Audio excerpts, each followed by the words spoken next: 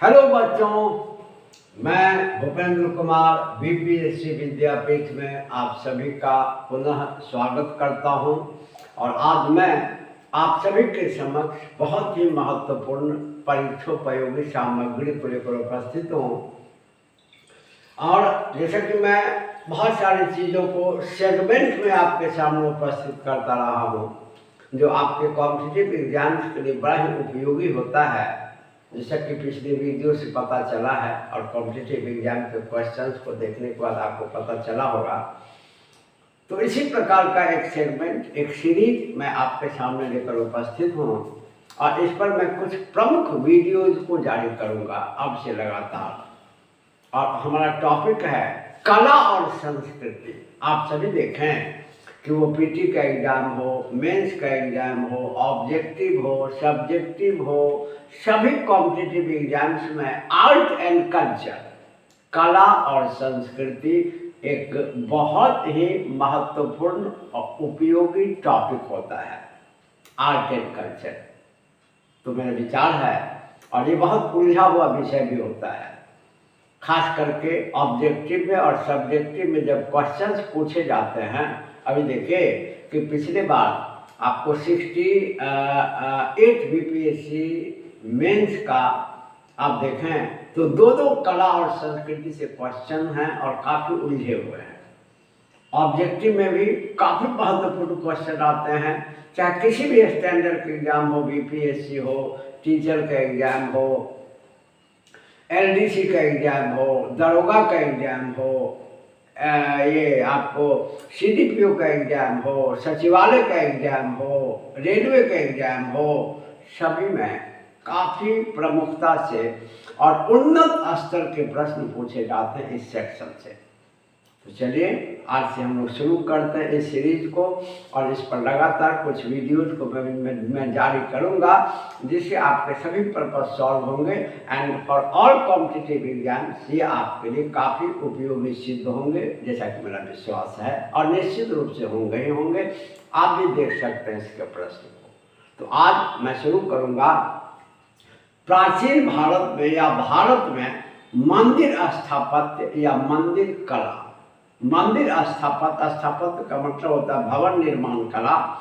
तो स्थापत्य कला में एक बहुत ही प्रमुख अंग होता है स्थापत्य कला का, मंदिर निर्माण कला। तो हम लोग कला और संस्कृति के साथ आज मंदिर निर्माण कला के बारे में चर्चा करेंगे, जिस पर 2-3 वीडियोज मैं आपको जारी करूंगा। इसके बाद चित्रकला के बारे में, इसके बाद फिर मूर्ति कला के बारे में, प्रमुख फिर गुफाओं को काट करके जो बनाए गए थे विभिन्न कलात्मक आकृतियां या मंदिर, उनके बारे में मैं आपको बताऊंगा, ताकि आपके मैक्सिमम क्वेश्चंस इस वीडियो से बने। चाहे कोई भी किसी भी लेवल का कॉम्पिटिटिव एग्जाम आप दे रहा हो, आपके पर्पस सॉल्व हो।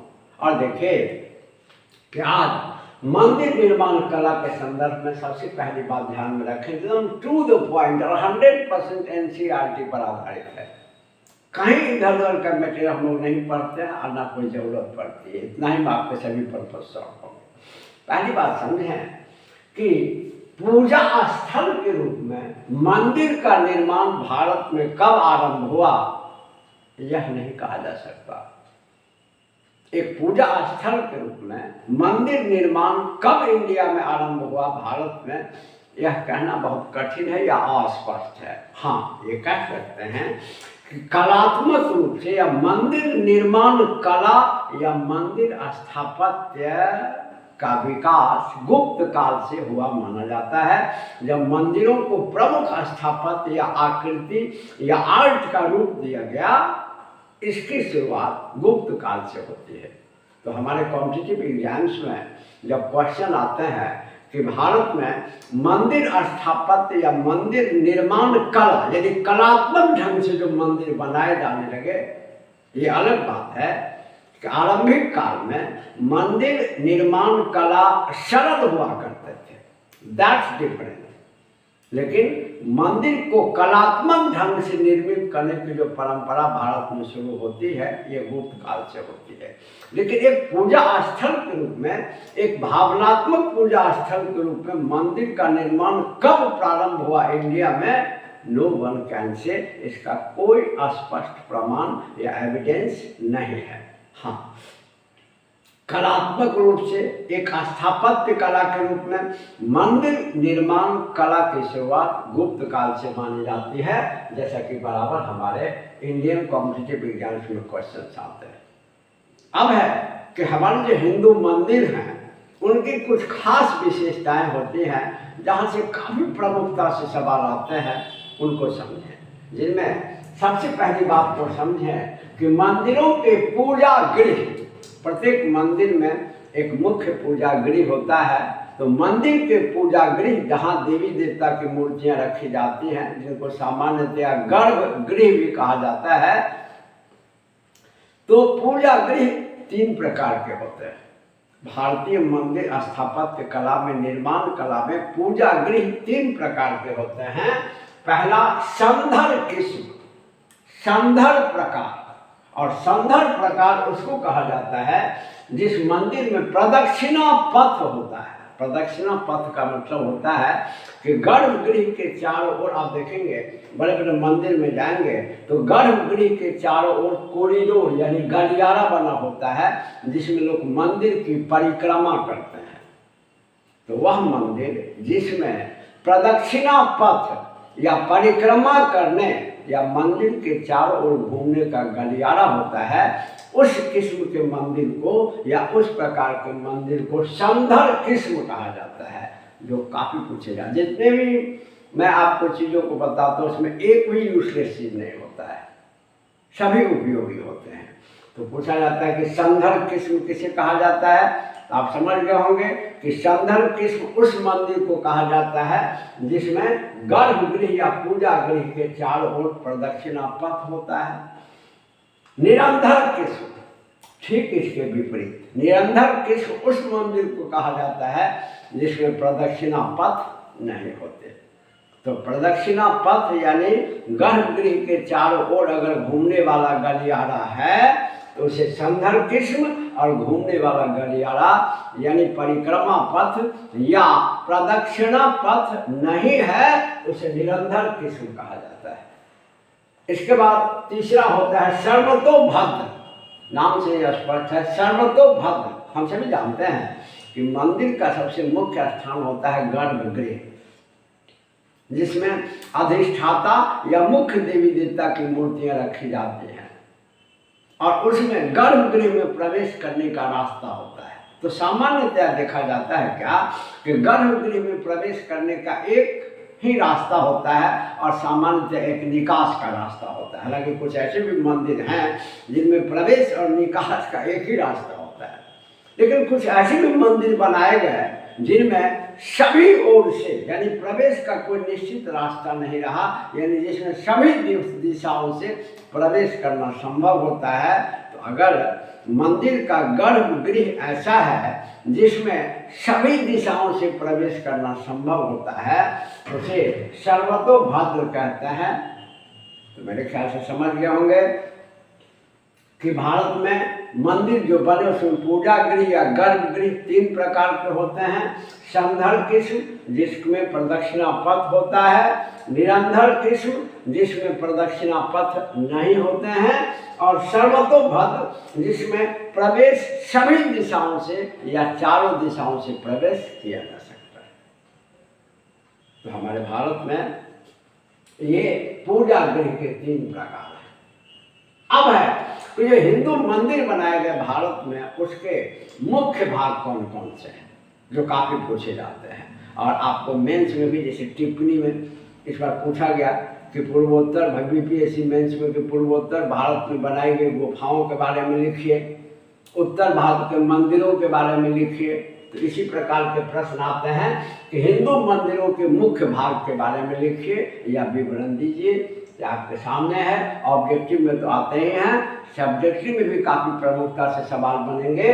और इसमें हिंदू मंदिर के जो मुख्य भाग हैं उनमें एक होता है गर्भगृह, और जैसा कि मैंने आपको बताया है शुरू से ही कि गर्भगृह जो होता है यह मंदिर का वह भाग जहाँ प्रधान या अधिष्ठाता देवता की मूर्ति को स्थापित किया जाता है, यानी जो सबसे प्रमुख देवता होते हैं, जिनके पूजा वह मंदिर जिस देवता का पूजा स्थल होता है, या जो प्रमुख देवता होते हैं मंदिर के, जिनको अधिष्ठाता भी कहा जाता है, तो अधिष्ठाता देवता को जहाँ पर जिस स्थान पर जिस गृह में स्थापित किया जाता है उसको गर्भगृह कहते हैं। तो मंदिर का वह भाग जहाँ प्रधान या अधिष्ठाता देवता की मूर्ति को स्थापित किया जाता है गर्भगृह कहलाता है, और यह पूजा पाठ या धार्मिक क्रियाओं का केंद्र होता है और इसमें प्रवेश के लिए द्वार होता है। आप किसी भी मंदिर में जाएं तो गर्भगृह तो सबसे प्रमुख है, जहाँ मुख्य देवता होते हैं और उनमें प्रवेश का द्वार होता है 1 या 2, और अगर प्रवेश का द्वार सभी दिशाओं से हो तो इसी को कहा जाता है सर्वतोभाग। इसके बाद हिंदू मंदिर का एक दूसरा भाग होता है मंडप। तो मंडप मंदिर का प्रवेश कक्ष होता है जो काफी बड़ा होता है। एक्चुअली क्या होता है कि मंदिर में जब इन करते हैं तो सबसे पहले एक बड़ा हॉल जैसी रचना दिखाई देती है जो विभिन्न खंभों पर खड़ा होता है। गर्भगृह के बाहर एक बड़ा हॉल जैसा जो विभिन्न खंभों पर खड़ा होता है, और इसका एरिया बड़ा होता है, इसका छत विभिन्न खंभों पर खड़ा होता है, ठीक है। और उसमें ही भक्तगण पहले जमा होते हैं और उसमें पूजा पाठ भजन कीर्तन वगैरह होते हैं, और उसके बाद लोग गर्भगृह में वहाँ से प्रवेश करते हैं। तो आप देख सकते हैं लिखा हुआ है कि मंडप मंदिर का प्रवेश कक्ष जो काफी बड़ा होता है, इसकी छत आमतौर पर खंभों पर टिकी होती है और इसमें भक्तगण इकट्ठा होते हैं। तो गर्भगृह के बाहर जो बड़ा हॉल होता है जो विभिन्न खंभों पर जिसके छत टिके होते हैं, उसी को कहा जाता है हिंदू मंदिरों में मंडप। इसके बाद हिंदू मंदिर की एक विशिष्ट रचना या विशेषता है प्रदक्षिणा पथ। जैसा कि मैंने आपको अभी बताया कि इस पर मंदिर का किस्म है संदर्भ किस्म, जिसमें चारों ओर प्रदक्षिणा पथ हो। तो गर्भगृह के चारों ओर जो कॉरिडोर या गलियारा होता है जिसमें लोग देवता के चारों ओर घूमते हैं, मंदिर के चारों ओर घूमते हैं, अपने भक्ति भाव को समर्पित करते हैं, उसी घूमने वाले गलियारे को प्रदक्षिणा पथ या परिक्रमा पथ कहा जाता है। इसके बाद मंदिर की एक अन्य विशेषता है शिखर या विमान। एक्चुअली ये बाद में निर्मित हुए।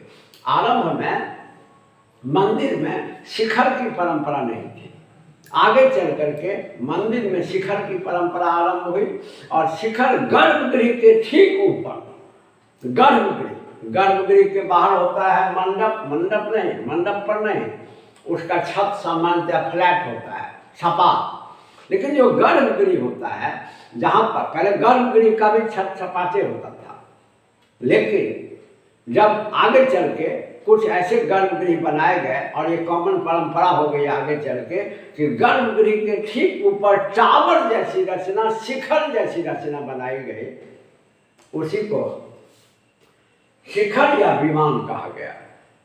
अंतर यह है कि गर्भगृह के ऊपर जो शिखर या टावर जैसी रचना बनाई गई ऊंची ऊंची, उसको उत्तर भारत में शिखर कहा गया और दक्षिण भारत में इसी को विमान कहा गया। इस सब के एग्जाम्पल्स आगे बड़ा इंटरेस्टिंग टॉपिक होता है और काफ़ी उपयोगी टॉपिक होता है आपके लिए, और सामान्यतः किसी एक जगह ये कलेक्शन नहीं मिलता है, लेकिन एग्जाम में तो एक ही जगह आपको लिखना होगा। तो याद रखें कि शिखर या विमान गर्भगृह के ऊपर बनाया गया टावर जैसी आकृति, जिसे उत्तर भारत में शिखर तथा दक्षिण भारत में विमान कहा जाने लगा। लेकिन तो ये आगे चल के वाला, और इसके कई एग्जाम्पल्स हैं जो आगे वाले सीरीज में मैं आपको बताऊंगा, और काफ़ी उपयोगी सिद्ध होगा ये वीडियो आपके लिए कॉम्पिटिटिव एग्जाम्स के व्यू से, जो पढ़ने वाले बच्चे हैं उनके लिए। और निश्चित रूप से हमारी वीडियो को हमेशा पढ़ने वाले बच्चे ही देखते हैं, सामान्य बच्चे नहीं देख पाते हैं, क्योंकि हमारे यहाँ कंटेंट होता है ओरिजिनल, जिसका एग्जाम्पल आपको यूपीएससी पीटी के एग्जाम में मिला। इसे जितने भी एग्जाम से आप देखिए कितने बड़े बड़े प्रश्न हमारे वीडियो से आपको मिला ही है। इसके बाद तो हिंदू मंदिर के मुख्य भाग में गर्भगृह, मंडप, प्रदक्षिणा पथ, शिखर या विमान, इसके बाद मंदिर निर्माण की शैलियाँ, तो 3 टॉपिक हमने समझा है छोटा छोटा। पूजा गृह के प्रकार, 3 प्रकार होते हैं, संधर किस्म, निरंधर किस्म, सर्वतोभद्र। हिंदू मंदिर के मुख्य भाग, गर्भगृह, मंडप, प्रदक्षिणा पथ, शिखर या विमान। और भारत में जो मंदिरें बनाई गई, तो मंदिर निर्माण की शैलियाँ या बनाने के तरीके, तो जैसा कि हम सभी जानते हैं यह काफ़ी प्रमुख टॉपिक है। और सामान्यतया हमारे भारत में 3 प्रकार की शैलियाँ प्रचलित रही, मंदिर बनाने की, मंदिर निर्माण की। तो मंदिर निर्माण का जो तरीका है, जो मेथड है, उन्हीं को शैली कहा गया। और हमारे भारत में 3 प्रकार की शैलियाँ प्रचलित रही, जिनमें उत्तर भारत में मुख्य रूप से नागर शैली, तो उत्तर भारत में जो मंदिरें बनाई गई वो नागर शैली में बनाई गई। दक्षिण भारत में मुख्य रूप से द्रविड़ शैली में बनाई गई। वास्तव में मंदिर निर्माण की मौलिक शैलियाँ 2 ही हैं भारत में। जैसे आप पढ़ते हैं कि उत्पादन के साधनों के स्वामित्व के आधार पर अर्थव्यवस्था के मौलिक रूप से 2 ही प्रकार होते हैं, पूंजीवादी और समाजवादी। लेकिन बहुत से देश ऐसे हैं जिन्होंने दोनों का मिला जुला रूप अपना लिया, तो उसको कहते हैं मिश्रित अर्थव्यवस्था, जैसा कि अपना भारत। ठीक इसी तरह से अपने भारत में मंदिर निर्माण की 2 ही मौलिक शैलियाँ रही, सच पूछा जाए तो, नागर शैली और द्रविड़ शैली। नागर शैली उत्तर भारत में प्रचलित रही, द्रविड़ शैली दक्षिण भारत में प्रचलित रही। लेकिन भारत में कुछ जगहों पर ऐसे मंदिर बनाए गए, ऐसे मंदिरों का निर्माण किया गया जिनमें नागर शैली और द्रविड़ शैली दोनों का मिश्रण देखा गया। तो इसको भी एक अलग शैली का रूप दे दिया गया, जिसको कहा जाता है बेसर शैली। तो हमारे भारत में मौलिक रूप से 2 और व्यावहारिक रूप से 3 शैलियाँ रही मंदिर निर्माण की। और सबसे प्रमुख क्वेश्चन इनमें से ही आते हैं, इनको अलग से टिप्पणी में भी लिखने के लिए लॉन्ग में पूछता है, बीपीएससी मेंस में या यूपीएससी मेंस में या अनदर कोई भी मेंस में। और ऑब्जेक्टिव में अब जैसे पूछा जाता है कि द्रविड़ शैली का सर्वोत्तम उदाहरण कौन सा मंदिर है, नागर शैली का कौन सा मंदिर है, बेसर शैली का कौन सा मंदिर है, और नागर शैली में निर्मित मंदिर की क्या क्या विशेषताएं हैं, द्रविड़ शैली में निर्मित मंदिर की क्या क्या विशेषताएं हैं। तो ये काफ़ी प्रमुखता से पूछे जाते हैं। तो फिलहाल मैंने आपको बताया कि अपने भारत में 3 मंदिर निर्माण की शैलियाँ प्रचलित रही। उत्तर भारत में नागर शैली, दक्षिण भारत में द्रविड़ शैली, और भारत में कुछ जगहों पे दोनों शैलियों का मिला जुला रूप, जिसे बेसर शैली कहें। अब इसके बाद उत्तर भारत की नागर शैली और दक्षिण भारत की द्रविड़ शैली की मुख्य विशेषताएं और इसके मुख्य उदाहरण कौन कौन से मंदिर हैं, जो कहाँ हैं और किसने बनवाया, जो काफ़ी प्रमुखता से पूछे जाते हैं आर्ट एंड कल्चर वाले टॉपिक में। तो फिर आगे मैं इससे संबंधित वीडियो को लेकर उपस्थित होऊंगा। और मेरा विश्वास है कि यह वीडियो आपके लिए काफ़ी उपयोगी सिद्ध होगा, जैसा कि और वीडियो होता रहा है। और अगर आपको मेरा कंटेंट अच्छा लगता हो तो आप चैनल को जरूर सब्सक्राइब करें, वीडियो को लाइक और शेयर जरूर करें। फिर इसी प्रकार के उपयोगी सामग्री या इसके अगले सीरीज को लेकर उपस्थित होऊंगा। तब तक के लिए धन्यवाद।